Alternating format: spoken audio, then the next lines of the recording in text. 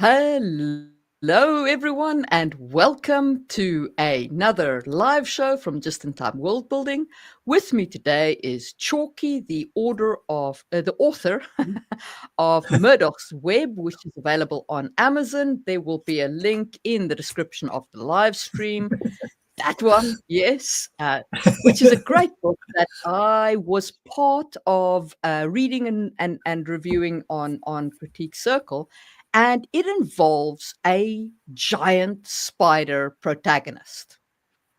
So, this being the case, I thought during this time period where I'm busy with my my sapient species development um, series on just-in-time world building, it would be a good time to talk to Chalkie about his experience both in developing this giant species and in writing it.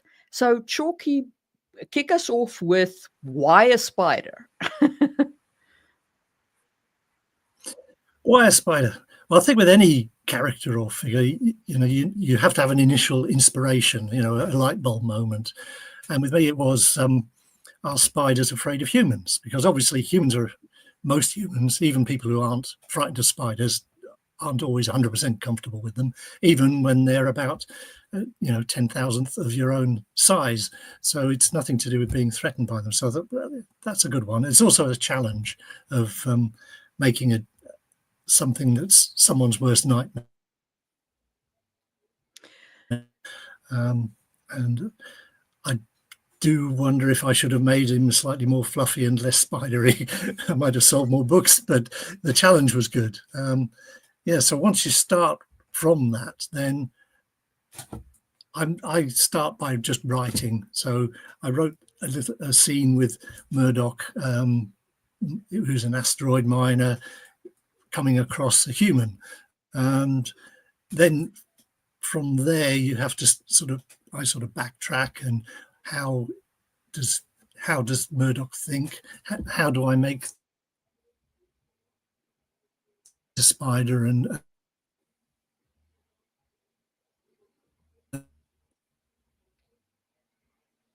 if you can still hear me, I just Yeah. I can hear you. Sorry, I might be having some unstable connection. Yeah. So he's obviously So he's obviously afraid of humans.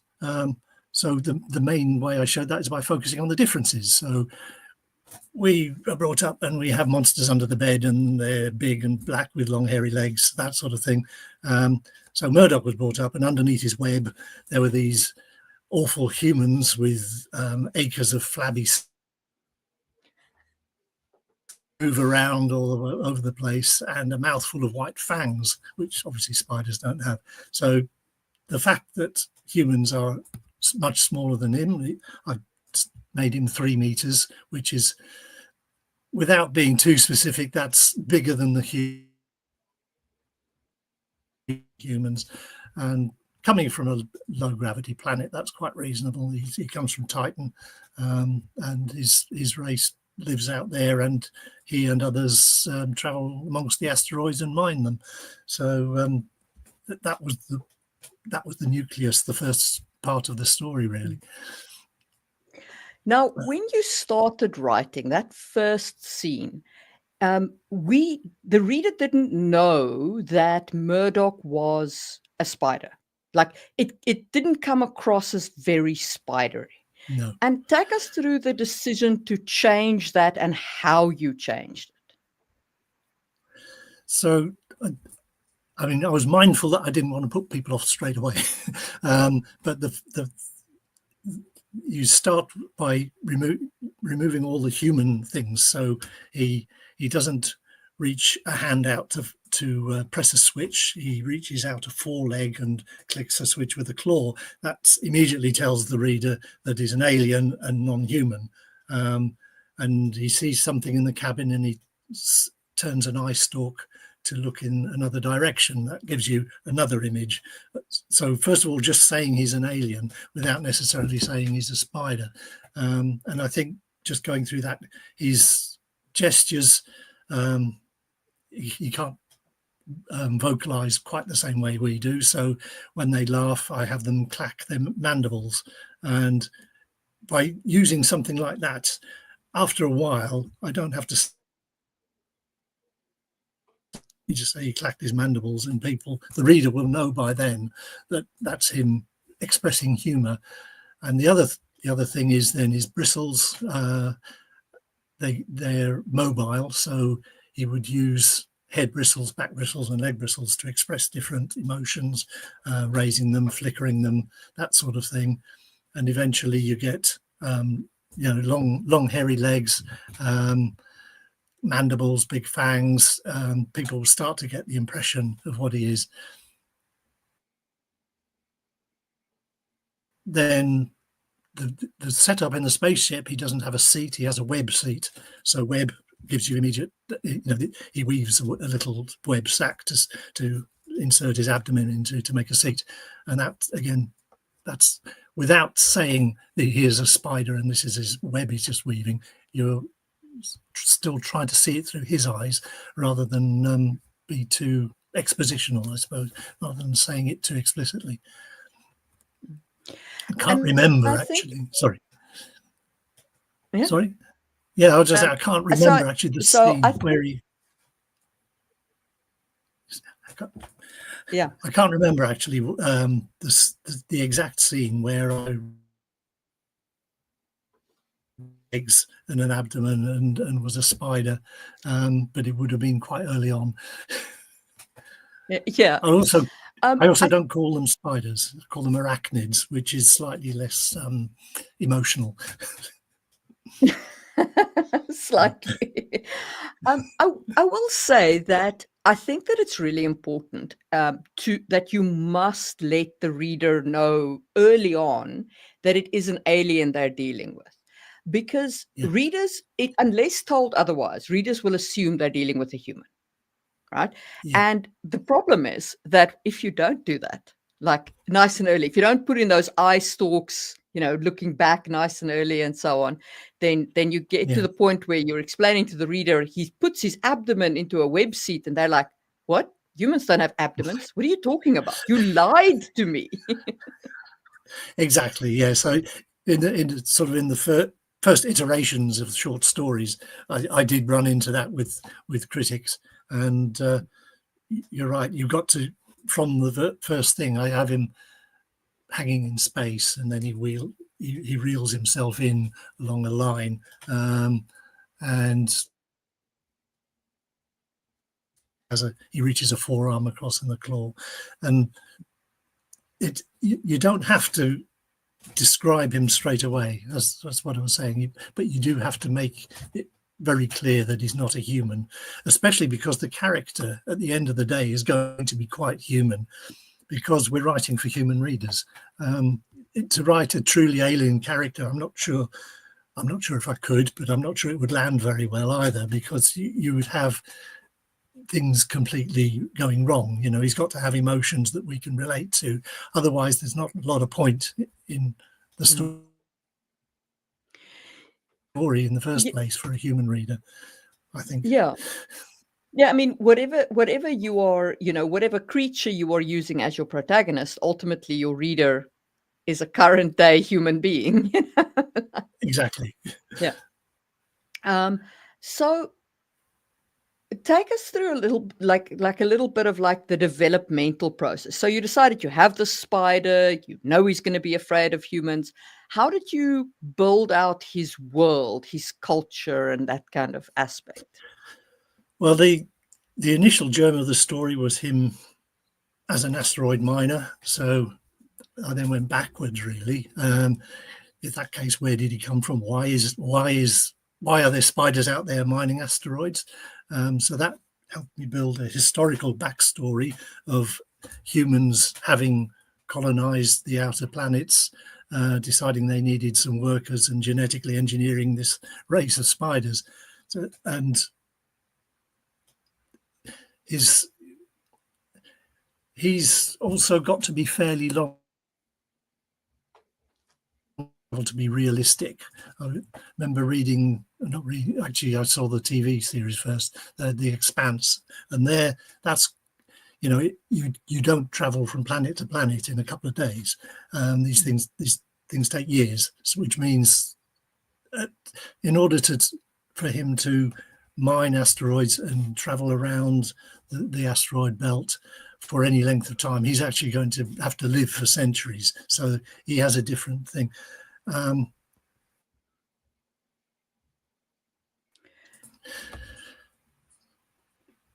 So yeah. Sorry. Yeah. So you expanded their lifespan, which actually makes for spiders quite a big difference because their lifespan isn't that long naturally. Yeah, that's very true. And one of the other things with the lifespan, especially with the interaction with the humans, which I had quite a lot of fun with and still do, is he's on Titan, so effectively his day, and so that's 16 of our days to one of his and 30 of our years to one of his. So he's quite happily doing stuff on his ship, and his human companion sort of suddenly yawns and decides she's got to go off to sleep, and does this 16 times a day as far as he's concerned, and he eventually gets used to it. Yeah. But it makes for a humorous thing, but it also shows the sort of thing that would happen in evolution on different planets. That we're talking of centuries there. Now, we don't spend a lot of time on Titan, but we do spend a little bit of time there. How did you approach kind of the culture of the spiders? Yeah. So Murdoch, certainly from my sort of cultural perspective, was a good name for a miner because it sounds Australian. So then an Australian miner, apologies to any Australians who aren't miners and don't go to bars whenever they're in port, but that's what he does. So you have a port where he comes to offload his cargo and pick up supplies. And because I like the humour aspect of that sort of thing, he goes to a casino where, of course, he plays chess, because chess is a big gambling game with them. And I mean, there are other gambling games that we're familiar with, that he's familiar with as well, and that sort of character background, it adds a certain depth. So when he's dealing with someone who's easy to convince of something, then and then later on he's dealing with someone who, when he asks a question, he just gets a hard stare, and I wouldn't like to be playing poker against this guy.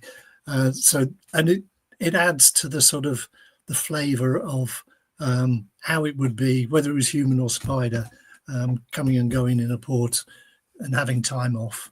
And he has a home web where the matriarch of the clan lives, and all his siblings have children, or spiderlings, that skitter around all over the place, and he acts like a grumpy uncle, and after a couple of days he's had enough and he's back to the ship and keen to get back into space again.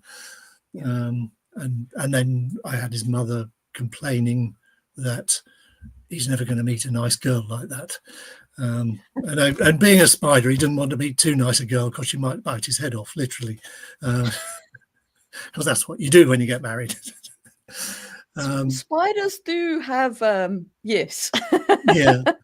Interesting mating rituals. They do, yes. I haven't really covered that in the stories, but I have a backstory in my mind which might come out at some point, where they developed, when they were genetically engineered, they've got the spider brain in the head, but in order to do other tasks they needed a human brain as well, so that's somewhere in the thorax. So when Mrs. Spider loves Mr. Spider so much she bites his head off, it does grow back again. But it's still an unpleasant experience, one might say.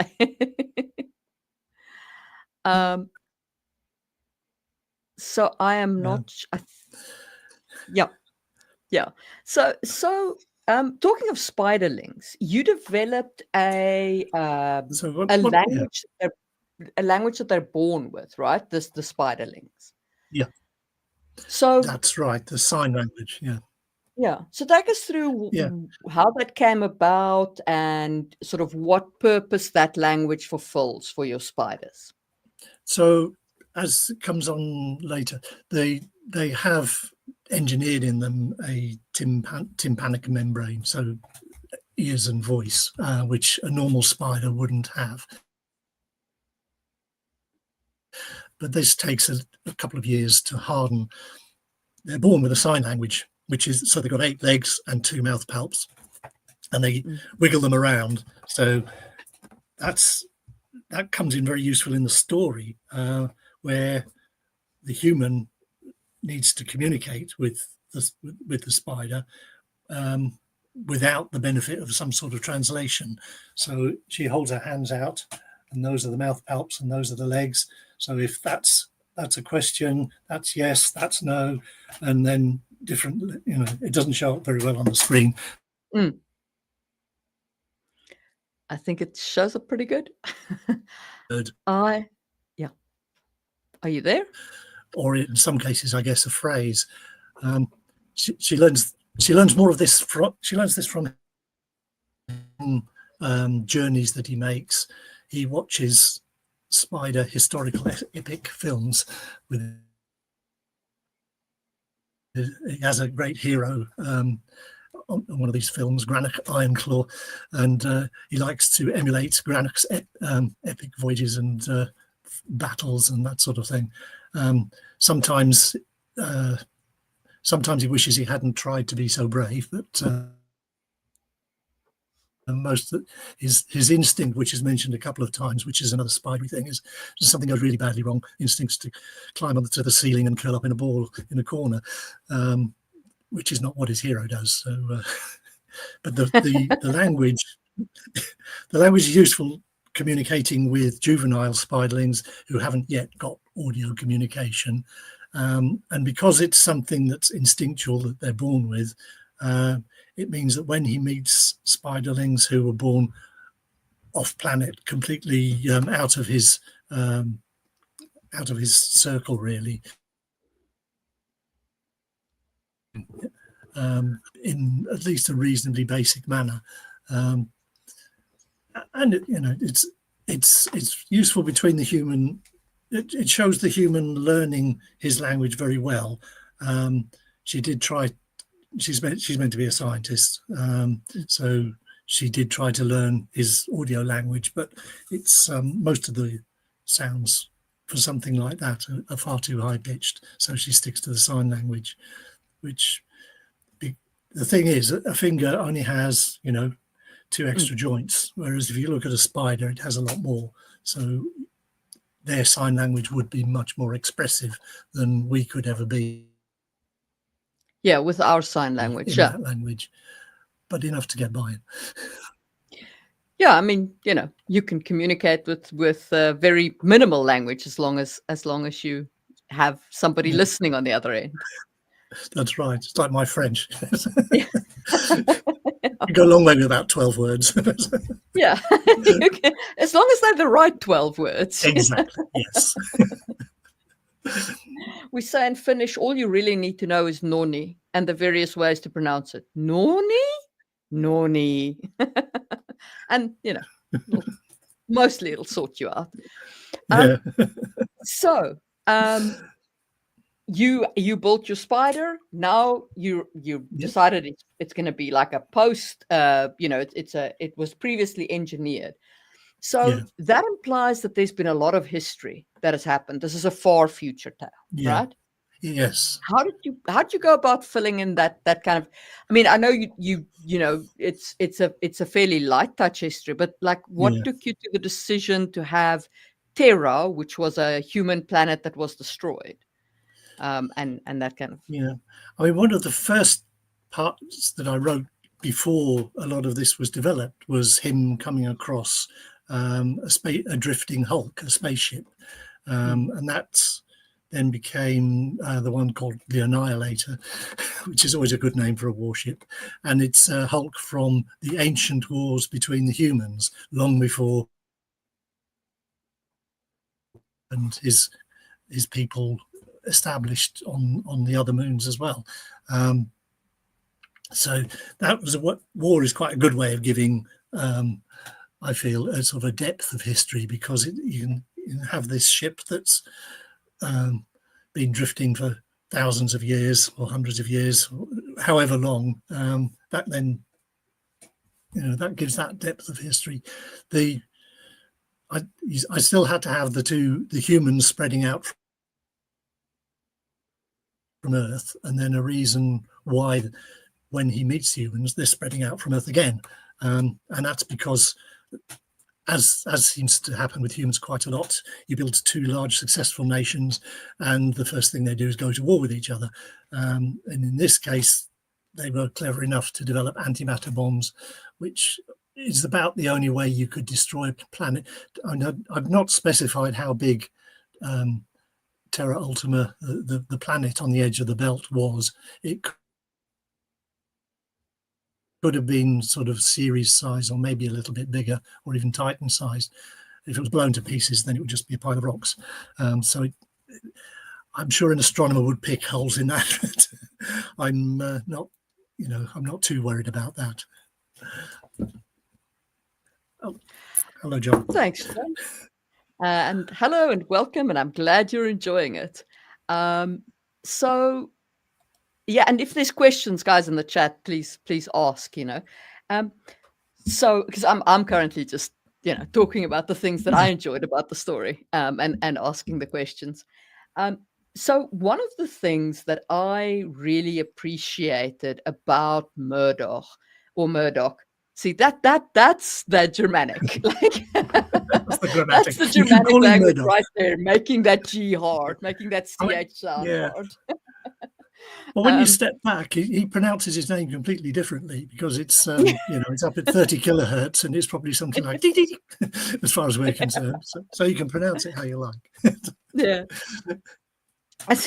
So Murdoch, so one of the things that I appreciate about him is that when we do interiority for humans, right, often we talk about the importance of showing the emotion, letting the emotion be, something that's felt, like you feel the heat of embarrassment and et cetera, right? All of those good interiority things. But when you're doing that for something that is so completely not human that it doesn't have the same internal mechanisms, you need to still find a way to express it. So take us through that and like how you came up with those ideas. So the things like I'd say the one I latched onto most was probably the bristles. They have, first of all, you might say he flicked his bristles at the thought of that, and then as you say, you want to have expressions for anger, for worry, for smugness. So whenever he comes up with a plan, he rubs his forelegs together, which spiders generally don't do, but we've all seen a fly do that, and it's a very very clear arthropod gesture that we're all familiar with. Sort of that. So later on, he starts rubbing his legs together, and Callie is his co-pilot. She looks across. You got a plan, Captain?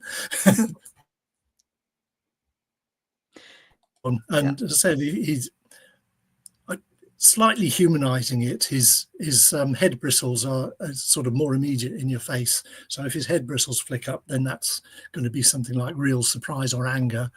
Back bristles is more like our hackles. So that again, not so much anger, but getting concerned about something. But you've also got leg bristles and things. When you write them for them, so I still always say, he flicked his leg bristles with. I think it would be a step too far just to get to the point where I can just describe which bristles were moving and the reader would understand what the emotion was. But by doing that. It's reminding the reader that it's not a human, and also you can then inject levels of intensity.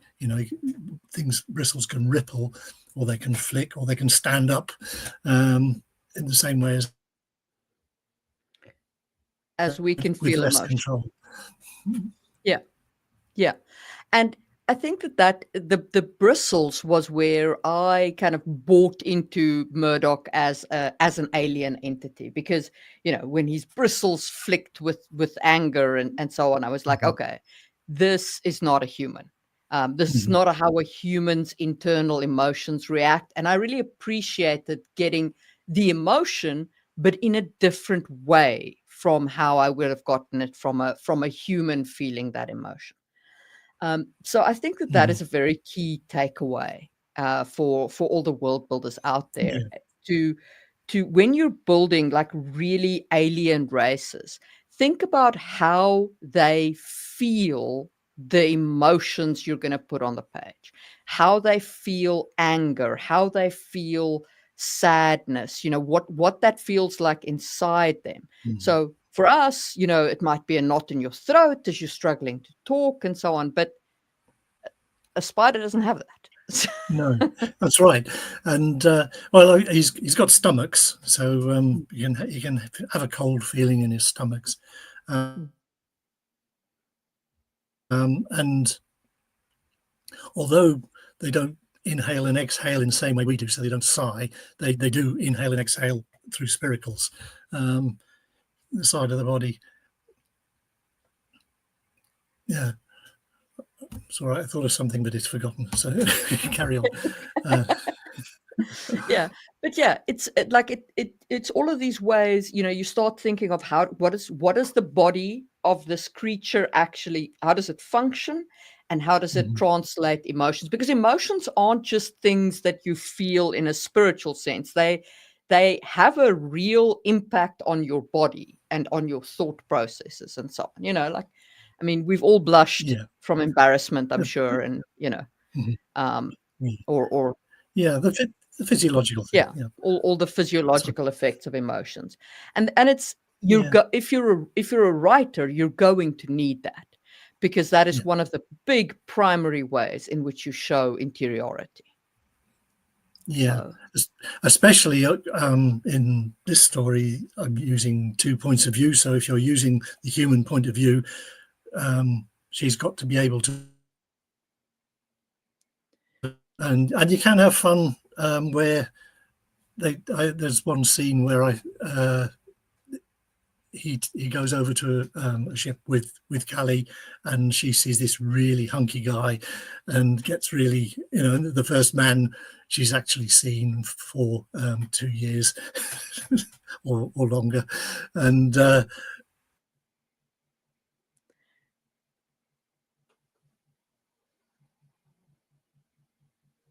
Murdoch trying to interpret her responses. Why's she gone so pink? And there's and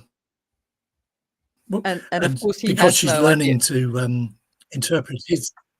That's right.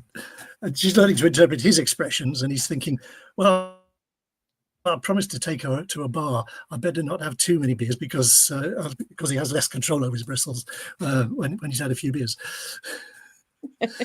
which is putting a human spin on it, but it's still showing that he's an alien. As you say, that I think that's the key thing: the interiority, the emotions, by definition, are all going to be human, because it's a human reader you're trying to inform. But Way, and if you can make this, something visual, physical, then that works. Yeah, because it translates differently, but the reader still understands the emotion.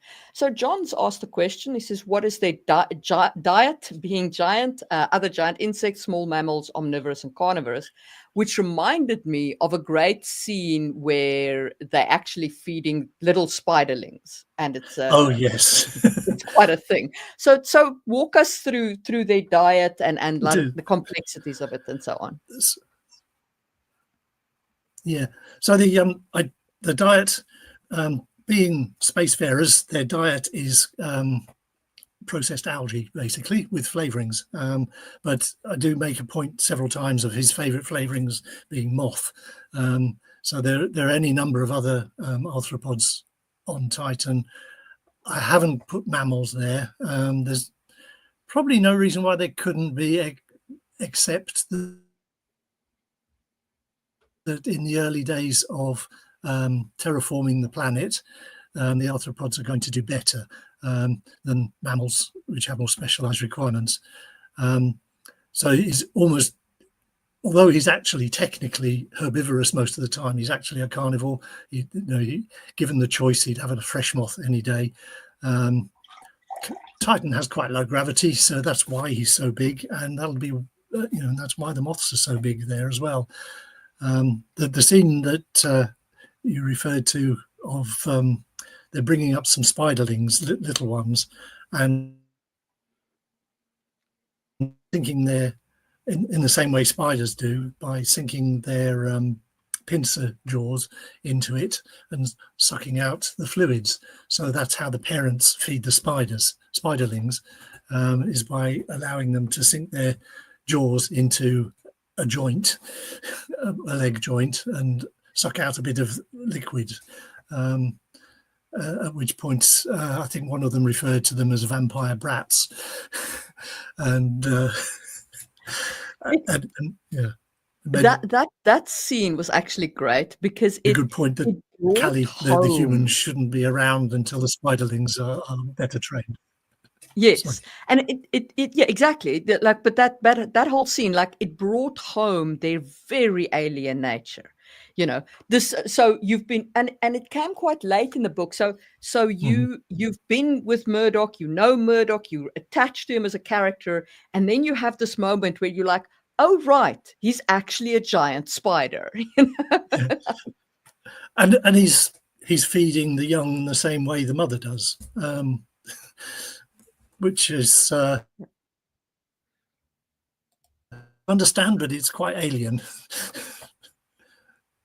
Yeah, I mean, but it was also great for that moment of like, oh my word, it's alien.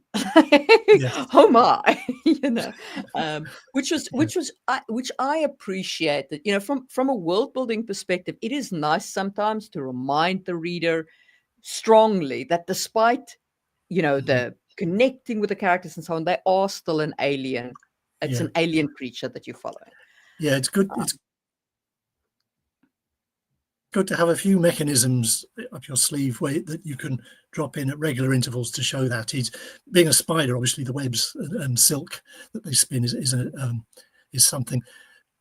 I did think about having him do it continuously because that's what spiders do here. But what I ended up doing is the spiderlings will leave a little line of silk as they wander around the room, and then as they grow up, they don't have to. But of course, that then, when they go into the room where the spiderlings and the mother are, it's just full of webs, and that would freak some people out.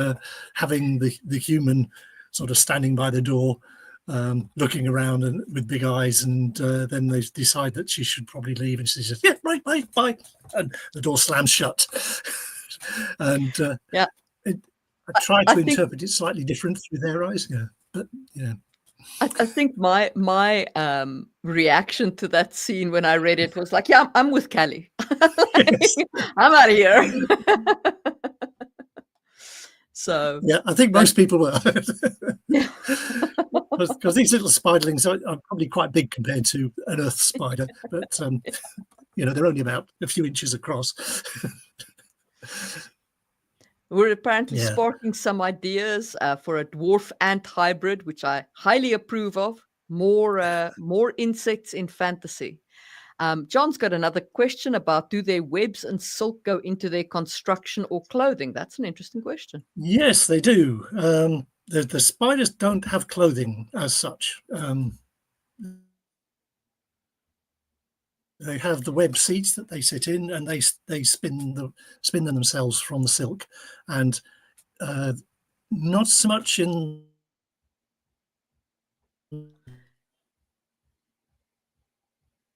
their silk end, as it were, even from within an EVA suit, attach it to something, and off they go. So they use that as a spider would here to haul themselves back up out of a hole, that sort of thing. He doesn't. He weaves a few things for Callie, I think, but he doesn't really. That's actually one of the alien things. He doesn't, in the beginning, really understand clothing at all. His first impression when she appears in a different coloured jumpsuit is that her skin's changed colour for some reason. But they do have EVA mileage suits. and that sort of thing. But they do have EVA suits, right? Oh yes, yeah. They breathe oxygen the same as we do.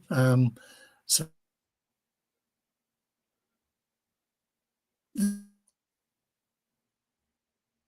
I like out of legs as we do. There's a little comment at the beginning when he sees the human in an EVA suit for the first time, and he realizes that this isn't an actor in a stuffed suit. This is a real human. It's only got 4 limbs. He has seen cheap spacesuits where you have to put 2 legs in each arm, but this wasn't that. This wasn't like that. So without fully describing their EVA suit, I have tried drawing them, and it's actually quite difficult. So I'll just it's the moment I just get by with. It must surely involve some kind of like abdominal kind of thing, and I don't know. Yeah, it's hard to imagine what that suit really looks like. Yeah, that's where I found it's the articulation of the legs, because spiders, if you ask a child to draw a spider, the legs will come out the side of the body. And you tend to think that that's how the EVA suit will be, but it doesn't actually. The legs articulate from more or less one point. If not,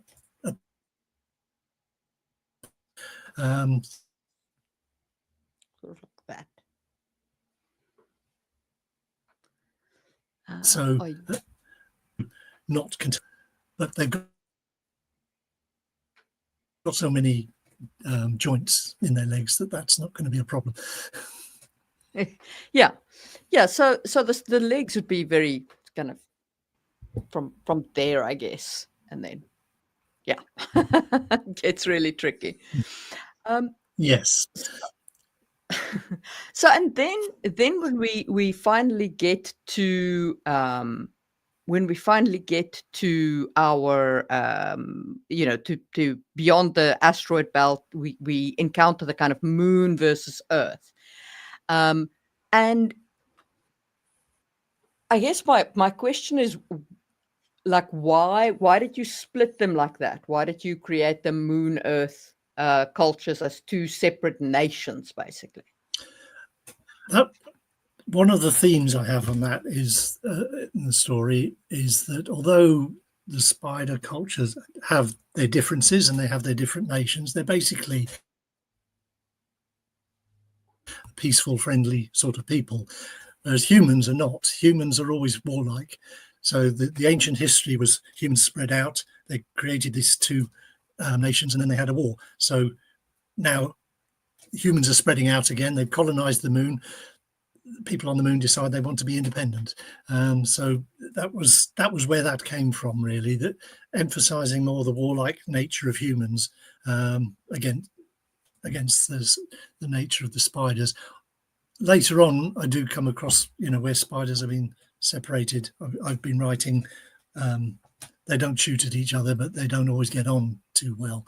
But as we know, with humans, it often goes a lot worse than that. Yeah, you can do very interesting things when you have an engineered race or an uplifted race, because you're not so tight. Like the problem with following an evolutionary path is ultimately evolution involves survival, and survival means surviving in your niche. And sometimes that means beating whatever else is in your niche over the head and taking their food, right? Yeah. Exactly. So the spiders were engineered by humans. So as much as possible, you're going to make them friendly towards humans. Otherwise, that makes them very difficult to deal with and use, even if they were built as a warrior race, which there's hints. There's, yeah, you've got to have a reason for that difference. Yeah. Yeah, but I mean, it's also like, as I say, it's easier with an engineered or an uplifted race, because you can change. You don't have to be like, okay, so how did a species come through all the issues of evolution and beat out everything else in their niche without developing into a fairly, us versus them, and it's gonna be us. Yeah. Well, I suppose I hadn't thought of it that way, but that's one of the where I'm comparing spiders to humans. That is one of the differences. These Murdoch's race are engineered. Humans are not. Humans evolved, and as you say, we've evolved to be the dominant species on the planet by beating every other species. And when we run out of species to beat, we attack each other. We invent differences between us, races or whatever, nations. And I don't harp on that very much, but that's something that people should take away from that. Yeah, I mean, one doesn't have to, you don't have to blatantly blow up the point to make the point. That's right. Yeah. You don't have to hit the nail on the head so hard that everybody can feel it. That's right. Yeah. It's. I mean, if you've got a good backstory for the characters and the races that you've got, then these things come out naturally in the writing without having to do ways. Just because that's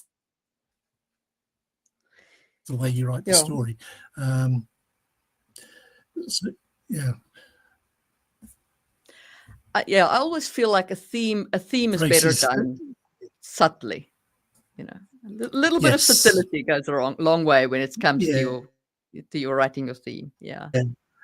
The ideal is that you write it. Yeah, the ideal is you write it for the reader to work out, but because it's a book and all they've got to go on are the words on the page, I find you've got to lead people by the hand more than you would in real life.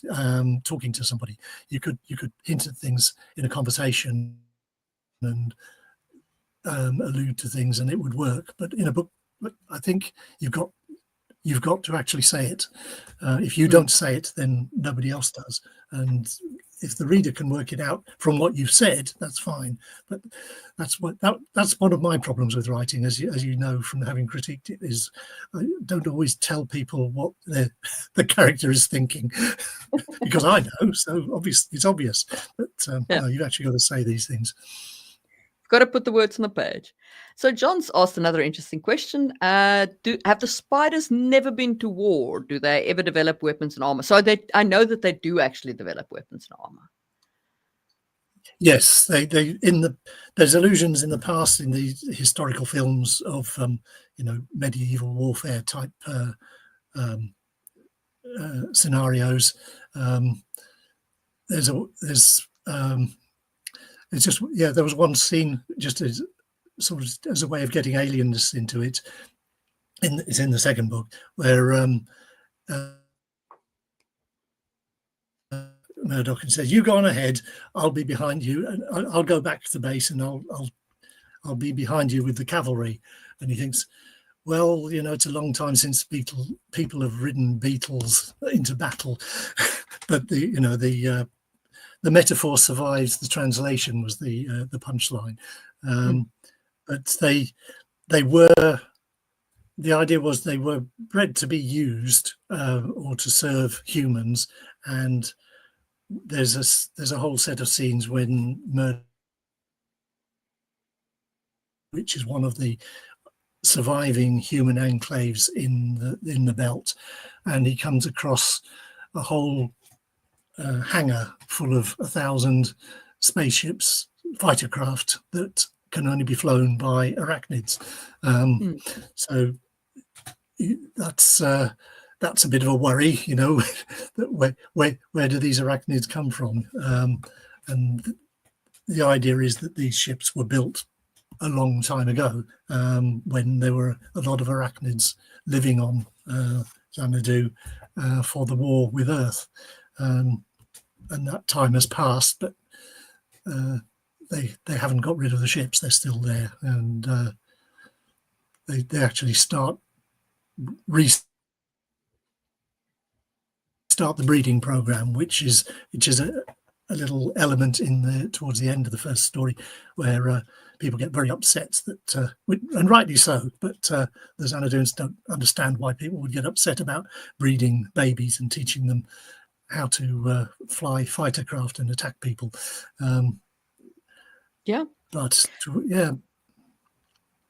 We've got another one from William who says a number of spiders have ritualized dances. Males used to calm down females so they can get close without being munched on. Disco spiders have got the best one. Yes, disco spiders got an amazing dance that even I enjoy watching, and I'm a blatant arachnophobe. They move their little legs.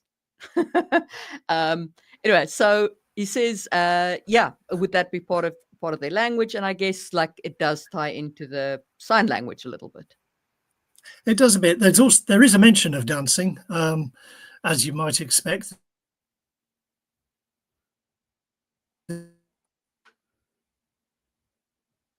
Female spiders, referred to as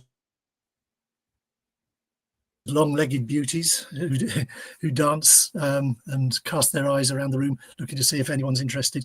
And so that's trying to translate a human activity, commonality between the two species in that sense. So yeah, there is dancing, and it is dancing between males and females, but it's not really. The males and females are intellectually advanced enough that they don't eat each other. There's this possibility of marital decapitation is the phrase I used, which is something traditional that goes back to the very early days of their race, but it's generally frowned upon. And that's where the wife and would the head bite the does head grow off the back. male to stop him playing. Yeah. So I mean, that is one of the very interesting things about insects, is because spiders aren't the only ones. Praying mantis is also famously the female eats the male after mating, and I mean, that's right. Male bees die after mating, and there's all kinds of like, I think of all the insect worlds, male bees are the ones that in my mind have it the worst, because they break their penis off to seal the hole, right? So that no other bee can inject into the queen. And then they die from that. Like, that is a bad way to go, It is.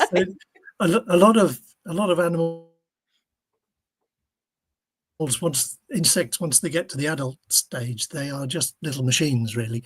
I mean, things like mayflies, once they've mated, the female is basically a tube full of eggs, and she lands on the surface of the water and deposits all the eggs in the water, and that's her life done. That's all she's there for. So yeah.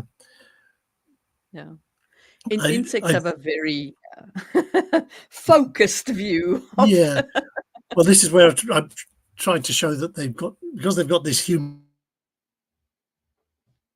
part to them where they've been engineered, they do have more human attitudes. They're still very matriarchal. The females are much bigger, and they run the show, but once they get to a certain size, they don't leave home. They just run the show and tell people what to do. So